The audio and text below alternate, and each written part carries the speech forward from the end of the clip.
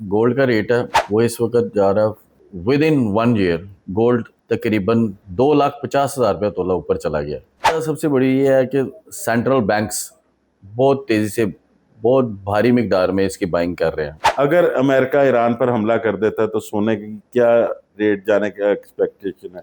और जब तक डोनाल्ड ट्रंप सीट पे है ना, मेटल्स की प्राइसेस नीचे आने वाली नहीं है। इस वक्त अगर किसी के पास सोना पड़ा हुआ है तो वो उसको रोक के रखे, सेल कर दे, या अगर किसी में कोई बाइंग पावर है, सोना खरीदना चाहिए या बेचना चाहिए?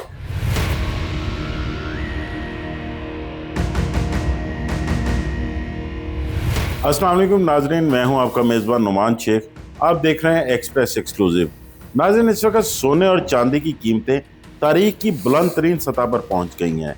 इसके पीछे वजूहात क्या हैं और आलमी मंडी में सोने की कीमत कहां तक जा सकती है, या इस वक्त सोना खरीदना चाहिए या बेचना चाहिए, और चांदी के क्या हालात हैं, इन सब पर बात करने के लिए मेरे साथ मौजूद हैं मशहूर ज्वेलर अशफाक भट्ट साहब। अशफाक भट्ट साहब, बहुत शुक्रिया आपके वक्त का।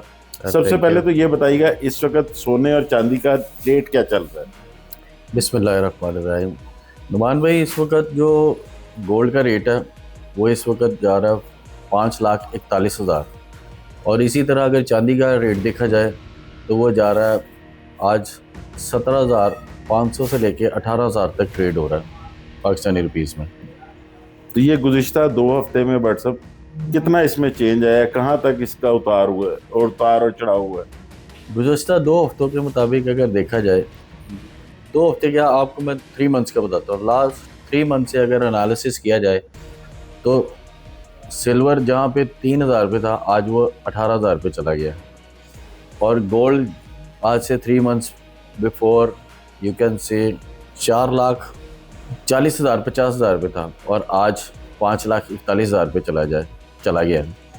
और इसी तरह देखा जाए तो 2025 का जनवरी और 2026 का जनवरी अगर हम इसको कैलकुलेट किया जाए तो विद इन 1 ईयर गोल्ड तकरीबन 2,50,000 रुपया तोला ऊपर चला गया, जो कि मैं समझता हूँ कि किसी भी बिज़नेस में इतना प्रॉफिट आप एक्सपेक्ट नहीं कर सकते जितना इस वक्त गोल्ड में हो रहा है। बट सब वजह क्या है इतना रेट अप होने की? क्या आलमी मार्केट में कोई जो इस वक्त जंगी हालात बने हैं वो वजह है? क्या वजह क्या है इसकी? सबसे पहले नुमान भाई, इसकी बुनियादी वजह ये जियोपॉलिटिकल टेंशन्स। दूसरी वजह डॉलर का डिवैल्यूएशन। तीसरी वजह आप कह सकते हैं डोनाल्ड ट्रंप है। और चौथी वजह सबसे बड़ी ये है कि सेंट्रल बैंक्स बहुत तेज़ी से बहुत भारी मिकदार में इसकी बाइंग कर रहे हैं। और इसके अलावा जो वजह नज़र आती है वो ये है कि लोगों की बेयकीनी पेपर करेंसी से लोगों का एतमाद उठता जा रहा है। ये लोग नहीं, सिर्फ एक मुल्क नहीं, पूरी दुनिया पेपर करेंसी से हट के अब जो वर्ल्ड बैंक्स हैं, जो सेंट्रल बैंक्स हैं, वो गोल्ड पे रिज़र्व कर रहे हैं। गोल्ड और सिल्वर पे रिज़र्व करना शुरू हो गया। ये 4-5 वजूहत इसकी बुनियादी सबसे ज़्यादा अहम वजूहत हैं जो गोल्ड बहुत तेज़ी से ऊपर जा रहा है। तो इसमें बट साहब, जैसे कि कहा जा रहा है कि अमेरिका की जानिब से रोज़ जो है वो धमकी दी जा रही है ईरान को। अगर अमेरिका ईरान पर हमला कर देता तो सोने की क्या रेट जाने का एक्सपेक्टेशन है? हाँ, ये बड़ा अच्छा सवाल किया आपने। जिस तरह अमेरिका ईरान को थ्रेट कर रहा है, गोल्ड बहुत तेज़ी से एग्रेसिवली ऊपर जा रहा है।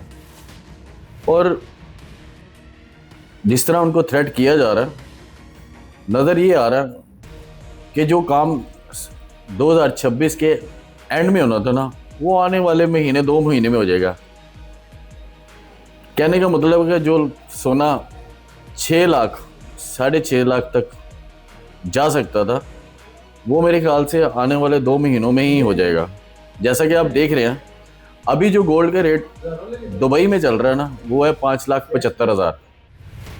और इसी तरह आप पाकिस्तान में देखा जाए तो गोल्ड का रेट जा रहा है 5,41,000। अभी पाकिस्तान से गोल्ड लेना ज़्यादा फ़ायदेमंद है, क्योंकि पाकिस्तान में गोल्ड जो है वो अंडर कॉस्ट चलाया जा रहा है। उसकी सबसे बड़ी वजह यह है कि मार्केट स्टेबल रहे। अगर एकदम ऐसे गोल्ड शूट कर जाएगा ना तो मार्केट अनस्टेबल हो जाएगी। तो मार्केट को स्टेबल रखने के लिए अभी जो ऊपर बैठे लोग हैं वो गोल्ड का जो एक्चुअल रेट है उसको अप्लाई नहीं करवाया जा रहा, ताकि मार्केट पैनिक ना हो जाए, लोगों की बाइंग सेलिंग ना रुक जाए। ये सबसे बड़ी वजह है। और चांदी की इस वक्त व्हाट्सएप क्या पोजीशन जा रही है, क्योंकि ये गुज़िश्ता दिनों में देखा गया कि चांदी पे भी लोगों का रुझान बहुत ज़्यादा रहा है कि उसको ख़रीदा जाए। चांदी की सबसे बड़ी बुनियादी वजह देखिए, सोना अगर, इसकी मिसाल ऐसे है, सोना अगर ताला है ना तो चांदी उसकी चाबी है। लोग बड़ी तेज़ी से मेटल्स की तरफ आ रहे हैं। देखा जाए तो ये साल मेटल्स का साल है, और जब तक डोनाल्ड ट्रंप सीट पे है ना, मेटल्स की प्राइसेस नीचे आने वाली नहीं है, जो नज़र आ रहा है। और एक और बहुत दूसरी तरफ देखा जाए तो हर बिजनेस में डिप्स आते हैं, क्रैश आते हैं। इसी तरह इसमें भी क्रैश आने का खदशा है। मैं ये नहीं कहता कि गोल्ड ऊपर जा रहा है तो ऊपर ही चला जाएगा। अगर ऐसे जाना शुरू हो जाए तो दुनिया का हर लोग स्टॉक कर लेंगे, तो मार्केट स्टक हो जाती है। इस वजह से डिप्स आते रहते हैं हर बिजनेस में। और अभी भी जो नज़र आ रहा है, इस वक्त गोल्ड तकरीबन दुनिया की बुलंद तरीन सतह पे चला गया। इस टाइम जो गोल्ड है 5311 पे ट्रेड कर रहा है, जो हिस्ट्री के तमाम रिकॉर्ड्स को तोड़ चुका है। और इसी तरह अगर चांदी को देखा जाए तो चांदी भी जो लास्ट रिकॉर्ड्स थे वो हाई रिकॉर्ड टूट चुका है। इस वक्त चांदी 115-16 डॉलर पे ट्रेड कर रही है, जो कि आज से ठीक 3 महीने पहले पीछे चले जाए तो ये 50 डॉलर पे ट्रेड कर रही थी। पर साहब, हमारे जो देखने वाले हैं उनको आप क्या कहेंगे इस वक्त, अगर किसी के पास सोना पड़ा हुआ है तो वो उसको रोक के रखे, सेल कर दे, या अगर किसी में कोई बाइंग पावर है, सोना ख़रीदना चाहिए या बेचना चाहिए, और इसी तरह चांदी जो है उसको भी ख़रीदना चाहिए इस वक्त या बेचना चाहिए, आने वाले वक्त में क्या नज़र आ रहा है? मैं इस बारे में, जो भी मेरे व्यूअर्स हैं, मेरे भाई मेरी बहनें जितने भी सुन रहे हैं, उनके लिए मैं यही एडवाइस करूंगा कि हमेशा इनके बाइंग डिप्स पे बाई करें और हाई पे सेल करें। ये स्ट्रेटजी रखें तो आप कभी भी लॉस में नहीं जाएंगे। और सेकंड स्ट्रेटजी ये रखें कि अगर आपकी होल्डिंग पावर है ना तो ये मेटल्स आपको कभी भी नुकसान दे के नहीं जाते। लोग जब डिप्स आते हैं ना, हाई पे बाई किया था और एकदम क्रैश करने के बाद, क्रैश नहीं, थोड़े डिप्स कह लें, 200-300 डॉलर्स का जब डिप आता है गोल्ड में और यहाँ चांदी में, तो 10-20 डॉलर का डिप आता है तो आप पैनिक होकर सेलिंग कर देते हैं। नो, पैनिक होकर सेलिंग नहीं करें, आप होल्ड रखें। होल्डिंग पावर हो तो ये चीज़ें आपको फ़ायदा दे के जाती हैं, नुकसान नहीं देगी। और आने वाले वक्त में तो ये भी देखा जा रहा है कि सोना, चांदी और अब तीसरी बारी होगी कॉपर। लोग फ़ोन करके डिमांड्स कर रहे हैं कि कॉपर के बिस्किट्स चाहिए, कॉपर के बिस्किट हम, और कॉपर के बिस्किट्स का अभी कोई इतना बड़ा प्लांट या इतनी फैक्ट्री या इतनी प्रोडक्शन पीछे से अभी इस्टेब्लिश नहीं हुई है। लेकिन just because the purpose of trading लोग कॉपर में भी इन्वेस्ट करना चाह रहे हैं। इवन थोड़े दिन पहले कुछ लोगों ने मुझे काफ़ी कॉल्स की कि कॉपर के बिस्किट्स चाहिए, तो उनके बिस्किट्स ऑर्डर पे रेडी करवाए हैं और हफ्ते 10 दिन तक उनको डिलीवर भी होंगे। अब देखा जाए तो कॉपर इतना यूटिलाइज तो नहीं होता। कॉपर 8 साल तो ज्वेलरी कोई भी नहीं पहनता उसकी कॉपर की।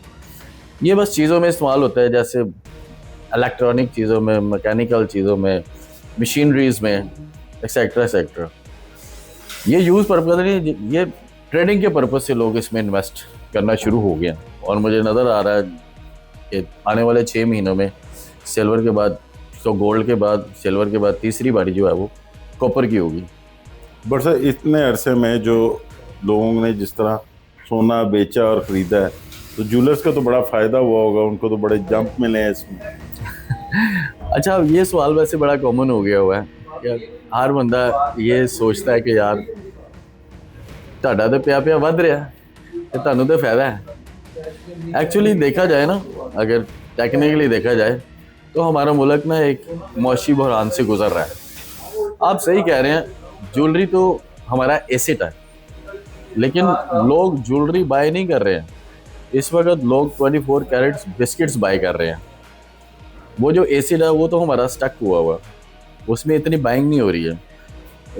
उसके against 24 carat gold, 24 carat silver, उसकी लोग ज़्यादा बाइंग कर रहे हैं। यूँ समझ लें कि इस काम में बायर इतना नहीं है जितना इन्वेस्टर आ चुका हुआ है। और ये सिर्फ डोमेस्टिक नहीं, इंटरनेशनल लेवल पे भी ऐसे ही हो रहा है, जिसकी जो एक और बुनियादी वजह है सोने की ऊपर जाने की, ये भी। बरसत जिस तरह देखते थे, आजकल सीज़न चल रहा है सर्दी का, शादी ब्याह का सीज़न होता था, तो लोग जो मामूली से मामूली भी कह लें आप, जो सफ़ेद पोश लोग हैं, वो कोई 5, 7, 10 तोले सोना खरीद ही लेते थे अपने बच्चे या बच्ची की शादी पे। बिल्कुल। तो अब क्या सूरत हाल है जब सोना इतना महंगा हो गया? अब देखें नुमान भाई, अभी 10 तोले का जो बिस्किट है ना, वो इस टाइम आधे करोड़ से भी ऊपर का बनता है। और अगर चांदी को देखा जाए तो 14.5-15 लाख का 1 किलो चांदी का बनता है। तो बाइंग पावर को देखते हुए ना, लोगों की ज्वेलरी से रिलेटेड बाइंग पावर जो है ना, वो बहुत टूट गई है। जो लोग ये सोचते थे कि आने वाले वक्त में हम 10 तोले की शॉपिंग करेंगे, वही शॉपिंग अब वो 5-6 तोले पे आ गई है, just because of increasing rate day by day. बहुत शुक्रिया भट्ट साहब। जैसे कि नाजरीन, आपने इशफाक भट्ट साहब की सारी बातें सुनी कि आने वाले वक्त में सोने और चांदी के बाद अब कॉपर की बारी है। कॉपर का रेट भी ऊपर जा सकता है, लेकिन जो इस वक्त दुनिया के हालात बने हुए हैं, उसमें सोने के नीचे आने की जो चांसेस हैं वो बहुत कम दिखाई देते हैं। नाज़रीन, इजाज़त दीजिए, जल्द हाजिर होंगे एक नई कहानी के साथ।